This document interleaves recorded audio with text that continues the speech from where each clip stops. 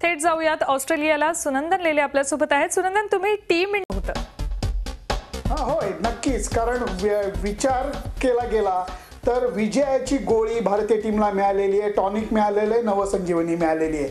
रवी शास्त्री भेटला तेव्हा तो म्हणत होता की इंडियन टीम लॉंग टूरवरती आलेली आहे, कित्येक वेळेला थकवा जाणवतो, घरची आठवण येते, त्यातनंही हातातोंडाशी आलेले विजय गेलेले आहेत, असं त्याचं म्हणणं होतं. वन डे टुर्नामेंटमध्ये आपला परफॉर्मन्स चांगला झालेला नव्हता. या सगळ्यामुळे एक प्रकारचा थकवा जाणवायला लागला होता.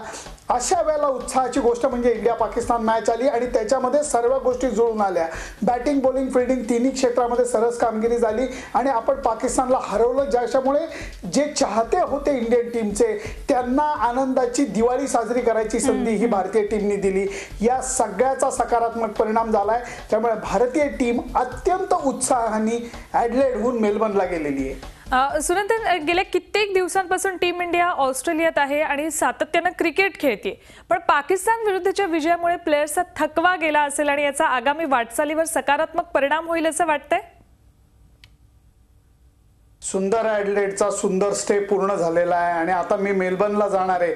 त्याचं कारण एका आठवड्याच्या गॅपनी पहिली जी मागच्या रविवारची मॅच होती इंडिया विरुद्ध पाकिस्तान, पुढच्या रविवारची जी मॅच आहे ती इंडिया विरुद्ध साऊथ आफ्रिका. म्हणजे आपल्या ग्रुपमधला सर्वोत्तम मॅच मी म्हणेन. इंडिया पाकिस्तान मॅच भावनिक होती, आपल्या मन त्याच्यात गुंतलेलं होतं म्हणून ती मॅच मोठी होती. पण प्रत्यक्षात आपल्या ग्रुपच्या दृष्टीने विचार करायचा झाला तर इंडिया साऊथ आफ्रिका मॅच मला वाटतं सर्वात जास्त मोठी वाटते. सुनंदन, फायनली शिखर धवनचं कमबॅक झालेलं आहे. काय सांगता येईल त्याच्या या कमबॅक बाबत? क्रिकेटचा मला आदर वाटतो, क्रिकेटची मला भीती सुद्धा वाटते. कारण कधी हे क्रिकेट कोणाला कडेवर घेईल, कोणाच्या कंबरड्यात लात घालेल काहीही सांगता येत नाही. तुम्ही जेव्हा म्हणता हा प्लेअर जबरदस्त फॉर्ममध्ये, तो धपाधप शून्य करायला लागतो. इंग्लंडच्या कॅप्टनचं बघा, इयन मॉर्गन, त्याला बिचाऱ्याला कुककडनं त्यांनी कॅप्टनशिप घेतली, घेताना त्यांनी कॅप्टनशिप बरोबर शून्य करायची हाऊस घेतलेली आहे. प्रत्येक मॅचमध्ये त्याला रन्स करताना अक्षरशः डोळ्यातनं पाणी येत आहे. त्याच्या उलट भारतीय टीमचं झालं. विराट कोहली फॉर्ममध्ये नव्हता, त्यांनी सेंचुरी केली. सर्वात लक्षणीय गोष्ट म्हणजे शिखर धवनला फॉर्म गवसला. गेल्या मॅचमध्ये तो दुर्दैवाने रनआउट झाला, नाही तर त्याचं सुद्धा शतक झालं असतं असं मला वाटतं. कारण सुंदर बॅटिंग तर करत होता, समंजस बॅटिंग करत होता. जेव्हा तुम्ही आउट ऑफ फॉर्म असतात तेव्हा दोन रस्ते तुम्हाला दिसतात. मारत सुटा, गेली तर विकेट गेली, नाहीतरी कष्ट करून मला काही मिळत नाही. मारत सुटा आणि रन्स करा. किंवा दुसरी गोष्ट अशी असते, संयम ठेवा, स्वतःच्या क्षमतेवरती विश्वास ठेवा, बजावा स्वतःला की काही हरकत नाही, अपयशाच्या पुढच्या कोपऱ्यावरती यश आहे, हे समजून देण्याचा प्रकार हा खूप अवघड असतो. इंडियन टीम मध्ये मला वाटतं आत्ताच्या क्षणाला जी चांगली ड्रेसिंग रूमची स्थिती आहे त्याचा परिणाम शिखर धवनवरती झाला असेल. गेल्या मॅच मध्ये त्यांनी मस्त बॅटिंग केली. सलामी जरी चांगली मिळाली नसली तरी त्यांनी विराट कोहली बरोबर केलेली पार्टनरशिप लक्षणीय ठरली. मला वाटतं शिखर धवनचा फॉर्म खूप मोठा प्लस पॉइंट. सुनंदन, सध्याचं वातावरण तर चांगलं आहे ड्रेसिंग रूम मधलं आणि शिखर धवनचा फॉर्म सुद्धा परत आलाय असं म्हणावं लागेल.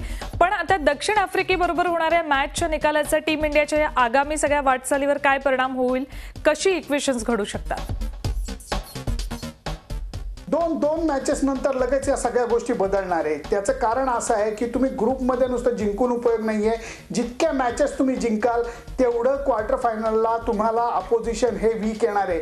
तुम्ही 4 नंबरला आलात तर इकडे कदाचित तुम्हाला ऑस्ट्रेलिया भिडू शकतो. तुम्ही 3 नंबरला आलात तिकडे तुम्हाला न्यूझीलंड भिडू शकतं. मग तुम्हाला इंग्लंड पाहिजे का, मग तुम्हाला श्रीलंका पाहिजे का, मग तुम्ही परफॉर्मन्स चांगला करा. त्याचं कारण असं आहे, तुम्ही जर का या ग्रुपमध्ये 1 आणि 2 नंबरला गेला तर तुम्हाला न्यूझीलंड आणि ऑस्ट्रेलियाला कदाचित अवॉइड करता येईल. त्यामुळे भारताची साऊथ आफ्रिकेविरुद्धची मॅच खूप मोलाची आहे, खूप महत्त्वाची आहे. कारण ही मॅच जो जिंकेल तो मला वाटतं आपल्या ग्रुपमधला नंबर 1 टीम ठरेल.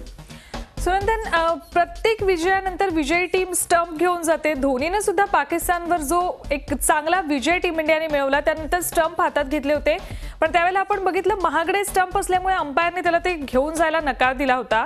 आयसीसीचा हा निर्णय योग्य वाटतोय? धोनी हो, मला कल्पना आहे स्टंपच्या बाबतीतली. धोनीला ही मेमोरेबलिया पकडायची खूप सवय आहे. कारण ज्या वेळेला तो चांगली मॅच जिंकतो तेव्हा तो मेमोरेबलिया म्हणून तिथला स्टंप घेतो. मग ती IPLची मॅच असू देत, ती टेस्ट मॅच असू देत, वर्ल्ड कपची मॅच असू देत, त्याला तो स्टंप गोळा करायचा आवडतोय. मी रांचीच्या घरी त्याच्या गेलेलो आहे. त्याच्या एका खास खोलीमध्ये त्यांनी संपूर्ण भिंतीला ते विजयी स्टंप रोवून ठेवलेले आहेत, राखून ठेवलेले आहेत. कारण तो मेमोरेबलिया त्याला खूप मोलाचा वाटतो. या मॅचला त्याला तो घेऊन दिला नाही. मला खरोखर आयसीसीची कमाल वाटते की तुम्ही टेक्नॉलॉजी वापरा, तुम्ही स्टंपमध्ये कॅमेरे लावा, पण अरे जर फुटबॉलची मॅच संपल्यानंतर तुम्ही जर्सी जर का एक्सचेंज करू शकत नसलात तर त्याच्यात मजा नाही. एक परंपरा आहे, त्यामुळे स्टंप घेण्याची परंपरा ही खूप जुनी आहे. आयसीसीने काहीतरी याच्याबाबत विचार केला पाहिजे, धोनीसाठी म्हणून नाही, प्लेयर्ससाठी, की प्लेयर्सना स्मृतिचिन्ह ठेवायला आवडतं. पुढच्या वेळेला आयसीसी म्हणेल नाही तो बॉल सुद्धा आम्हाला द्या, आम्हाला तो कोणाला तरी स्पॉन्सरला द्यायचा आहे. नाही, त्याच्यावरती हक्क हा 5 विकेट काढणाऱ्या किंवा चांगली बॉलिंग करणाऱ्या बॉलरचाच आहे. त्यामुळे मला वाटतं जरा प्लेयरचा विचार करायला काही हरकत नाही. अगदी बरोबर, प्लेयरचा विचार करायला हवा. आणि हा धमाकेदार विजय होता, त्यामुळे हा स्टंप तरी धोनीला मिळायला हवा होता, पण तो मिळाला नाहीये. न्यूझीलंडच्या विजयाबाबत सुनंदन तुमच्याशी चर्चा करायची. वर्ल्ड कप मध्ये सहयजमान असलेल्या न्यूझीलंडनं दुसऱ्या विजयाची नोंद केली आहे. न्यूझीलंडनं स्कॉटलंडवर 3 विकेट्सने विजय मिळवला. टॉस जिंकून न्यूझीलंडनं प्रथम फिल्डिंगचा निर्णय घेतला. स्कॉटलंड 142 रन्समध्ये ऑल आउट झाली. 143 रन्सचं टार्गेट चेस करायला उतरलेल्या न्यूझीलंडनं 25व्या ओव्हरमध्ये विजय साकारला. कीविनकडून केन विलियम्सनं सर्वाधिक 38 रन्स केले. दरम्यान ब्रँडन मॅकलमनं 15 तर कोरी अँडरसननं केवळ 11 रन्स केले. न्यूझीलंडकडून विक्टोरी आणि अँडरसननं प्रत्येकी 3 विकेट्स घेतल्या, तर साऊदी आणि बाउटला प्रत्येकी 2 विकेट्स मिळाल्या.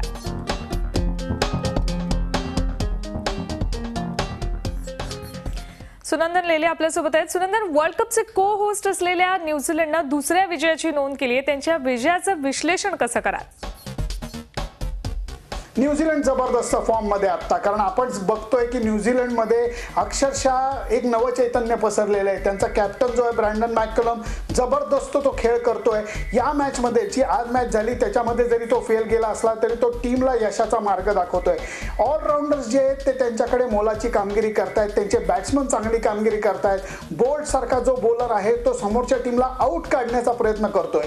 या सगळ्याचा परिणाम त्या टीमला विजयाकडे घेऊन जाताना होतोय. मला वाटतं स्कॉटलंड विरुद्धच्या मॅचला आउटस्टँडिंग परफॉर्मन्स न्यूझीलंडने केलेला नाहीये. 7 विकेट त्यांच्या 150 रन चेस करताना गेले आहेत, पण तरीही तो विजय कमी लेखता येणार नाही, कारण हा विजय 2 मॅचेस 2 विजय, त्यामुळे त्यांची शेपूट नक्कीच वर आहे. सुनंदन, धन्यवाद या संपूर्ण चर्चेबद्दल.